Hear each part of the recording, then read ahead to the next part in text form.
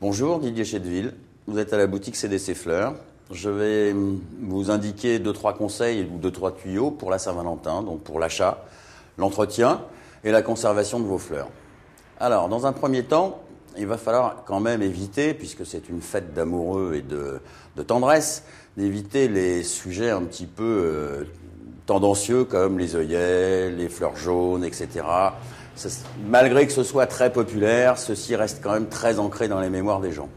Les fleurs jaunes ont une connotation un tout petit peu tendancieuse vers l'infidélité. Ça sera évité également. Donc les œillets pourquoi? Les œillets parce que, en termes traditionnels, c'est une fleur qui porte malheur. Malgré ça, vous avez quand même tout un panel de fleurs extraordinaires à acheter. Vous avez toutes les fleurs qui sont dans les blancs, les lysianthus, les fraisias, les trachéliums, le lilas. Ça, il n'y a aucun souci, un bouquet blanc, c'est magnifique. Après, vous avez toutes les fleurs rouges, sang, comme les renoncules, comme ceci, les anémones qui sont derrière moi, et également, après, les roses rouges, bien sûr. On y reviendra à la fin sur les roses rouges.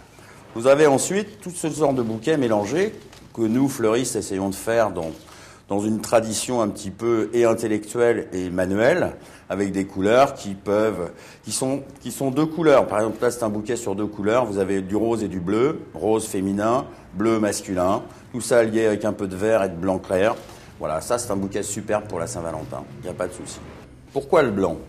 Le blanc, contrairement à ce qu'on pourrait le penser, c'est pas forcément la pureté, c'est tout un choix avec tout un tas de nuances de blanc qui sont inimaginables. Vous n'avez pas un blanc qui ressemble à un autre blanc dans les couleurs. Le blanc du lysianthus que vous avez dans ce bouquet-là n'est pas le même que le blanc du fraisia, n'est pas le même que le blanc du lilas. C'est une autre teinte de blanc. Peut-être que vous ne le voyez pas, mais nous le savons en tant que fleuristes. Et je peux vous garantir que des bouquets blancs mélangés, il n'y a rien de plus beau. D'ailleurs, dans la mode, dans le prêt-à-porter, dans la mode plutôt, ils utilisent le blanc et le vert. Alors la Saint-Valentin, c'est quand même le rouge malgré tout, c'est la symbolique. Un rouge, le cœur, pourquoi rouge, pourquoi cœur, le sang peut-être, c'est un côté sanguin de la Saint-Valentin. Donc dans toutes ces couleurs, dans ce rouge dominant, vous avez bien évidemment les renoncules qui sont ici. Vous avez derrière moi, vous avez les anémones qui sont des Mona Lisa ou de la tétra, c'est une variété un tout petit peu plus petite. Et vous avez bien évidemment toutes ces fameuses roses rouges.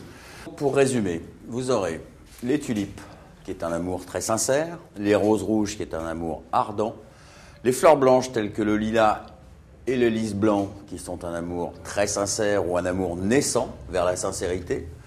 Et ensuite de ça, vous aurez les narcisses, le mimosa, qui ont des connotations un petit peu plus sensuelles que de l'amour traditionnel. En fait, offrez les fleurs que vous aimez, les fleurs que vous voulez. Le principal, c'est d'offrir des fleurs à la personne que vous aimez.